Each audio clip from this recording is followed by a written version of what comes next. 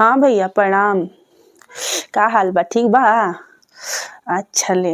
हाँ ठीके रहे के चाही। ए भैया खिचड़िया हमार कहिया लेके अइबा लोग हो? अच्छा 2 दिन बाद। हाँ जान तर भैया ढेर चीज सामान मत लिह हमरा खातिर। नाही बहरा से तो कुछ लियला के गर्जे नहीं के। ना बाहरी कोनो चीज मत खरीदिह, अनाज पानी कुली आथी कुली कोनो सामान जौन बाटे तन बाहरी चीज मत किनिह। काहे कि हम ओमे के बहिन ना न हई हैं। जन लालची होली सन मांगली सन के हमरा हई दे द, हमरा के हौ किन लिए हई किन लिए। हम ई कुल ना कहनी जानला भैया। ना हम ओ नेचर के ना हई भैया।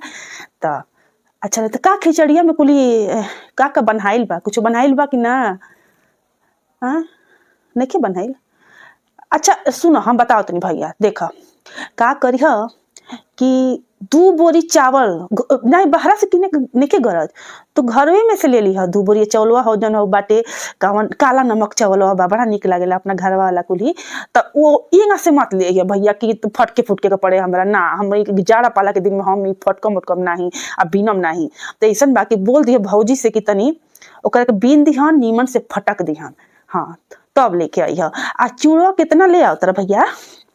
आय 10 किलो तो घर ही के ना ह तो ध लिया 25 किलो। हाँ 25 किलो ध लिया ओ के तनी फटकवा लिया भौजी से। हाँ आ ई भैया सुन ना अलुइया अलुइया अपन भइल बा न कुली घरवा के। हाँ बड़ा निक लागेला। अरे जब हम आवे नी कबो कबो जड़वा में अलुइया के सब्जिया बनेला भुजिया बड़ी निक लागेला जान जा की। त ओ तनी अलुइया में से 1 बोरी धरवा दिह। हाँ अथी खेतवा में कुली हई कुल गोभी ओभी या साग ओ कुली भइले ही होई। हाँ जानत रह भैया का हन कि हई गोभिया ओभिया सगवा जन बहरवा से किन के आवता न उ तनको निक निक लागत बिना गत्त के लागत उ सब्जी। जन घरवा के जन सब्जिया अपना रहेला कुली गोभिया सगवा उगवा कुली उ बड़ी निक लागेला। त ऐसन करिह कि झोरी में बोरी में नाही ढेर हो जाई।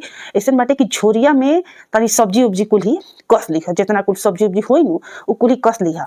एजा अइह न त तोहरो को बना के खियाएम बड़ी निक लागेला ओजा के साग। एने के साग निमन नहीं खसन देत।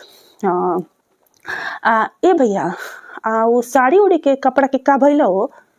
हाँ साड़ी कपड़ा नाही ना रहे द कहा इतना खर्चा कर बाहर से किन उन के ना। देखा कोनो भौजी के लगे साड़ी उड़ी होखे निमन उमन तनी मने बढ़िया साड़ी होखे जैसे कि ना पहन ले ओकस ओकरा के। हाँ उनका नैहर के साड़ी देखिए उनका नैहर के। हाँ हाँ उकुल सड़िया निक निक बा उनका नैहर वाला। हाँ वो सड़िया में से कह दिए भौजी से कि जौन सबसे नीमन होई ना उहे बीच के हमरा के दे दिहन। हाँ ना भैया और कुछ हमरा ना चाहिए हमके